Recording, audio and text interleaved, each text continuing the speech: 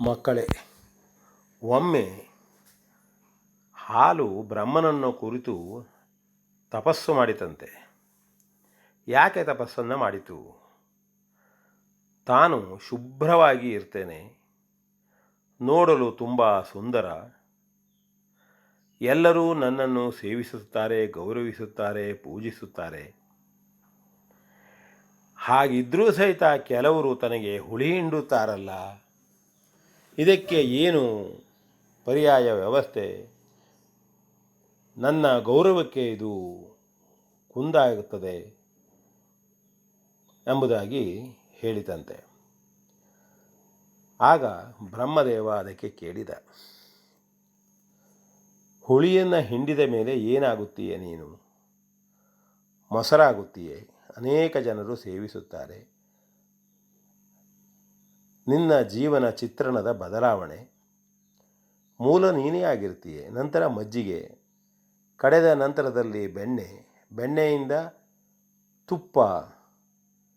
ಆದರೆ ಎಲ್ಲವನ್ನೂ ಜನರು ನಿನ್ನನ್ನು ಗೌರವಿಸಿ ಸೇವಿಸುತ್ತಾರೆ.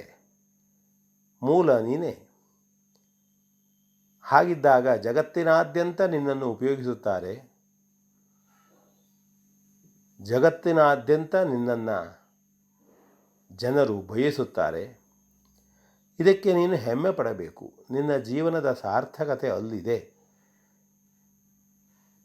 ಎಂಬುದಾಗಿ ಹೇಳ್ತಾರೆ. ಅದಿಲ್ಲವಾದರೆ ನೀನು ಶುಭ್ರವಾದ ಹಾಲು ಎಂಬ ಗರ್ವದಿಂದ ಅಥವಾ ಅದನ್ನೇ ಯಾವಾಗಲೂ ಇಟ್ಟುಕೊಳ್ಳಬೇಕು ಎಂಬ ಕಾರಣದಿಂದ ಹುಳಿ ಹಿಂಡಬಾರದು ಅಂತಾದರೆ ನಿನ್ನ ಜೀವನ ಎಷ್ಟು ದಿನ? ಒಂದು ದಿನ ಕಳೆದ ಮೇಲೆ ಪೂರ್ಣ ಹಾಳಾಗಿ ಹೋಗುತ್ತೀಯ ನೀನು. ಹಾಗಾಗುವುದಕ್ಕಿಂತ ಮೊದಲು ನಿನ್ನ ಮೂಲ ರೂಪ, ನಂತರ ವಿವಿಧ ಬದಲಾವಣೆಗಳು ಇದ್ದು ಕೊನೆಯಲ್ಲಿ ಜೀವನದ ಸಾರ್ಥಕತೆ ನಿನ್ನದು ಅಂತ ಹೇಳಿದಾಗ ಹಾಲಿಗೆ ತುಂಬ ನಾಚಿಕೆಯಾಗಿ ಹೋಯಿತು.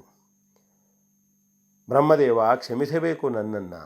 ಈಗ ಅರ್ಥ ಮಾಡಿಕೊಂಡೆ. ನಾನು ಜೀವನವನ್ನು ಅರ್ಥ ಮಾಡಿಕೊಳ್ಳದೆಯೇ ನಾನು ನಿನ್ನ ಕುರಿತು ತಪಸ್ಸನ್ನು ಮಾಡಿ ಕೇವಲ ಕ್ಷುಲ್ಲಕವಾದ ಬೇಡಿಕೆಯನ್ನು ಇಟ್ಟಿದ್ದೇನೆ. ಈಗ ನಿನ್ನ ಮಾತಿನಂತೆ ನನ್ನ ಜೀವನ ಸಾರ್ಥಕವಾಗ್ತಾಯಿದೆ ಎಂಬುದು ತಿಳಿದಾಗ ಯಾವಾಗಲೂ ನಿನ್ನನ್ನು ನೆನೆಸಿ ನನ್ನ ಕರ್ತವ್ಯದಲ್ಲಿ ಇರ್ತೇನೆ ಎಂಬುದಾಗಿ ಹೇಳಿತು. ಬ್ರಹ್ಮದೇವನು ತಥಾಸ್ತು ಎಂದು ಹೋಗ್ತಾನೆ. ಇದು ಒಂದು ಕಥೆ. ಇದರಲ್ಲಿ ನಾವು ತಿಳಿಯಬೇಕಾದ್ದು, ಇನ್ನೊಬ್ಬರು ಹುಳಿಯನ್ನು ಹಿಂಡುತ್ತಾರೆ ಹೇಳಿದ ಮಾತ್ರದಿಂದ ಅದರ ಪರಿಣಾಮವನ್ನು ನಾವು ಒಳ್ಳೆಯ ರೀತಿಯಾಗಿ ಜನರಲ್ಲಿ ಬಳಸಿಕೊಳ್ಳಬಹುದು.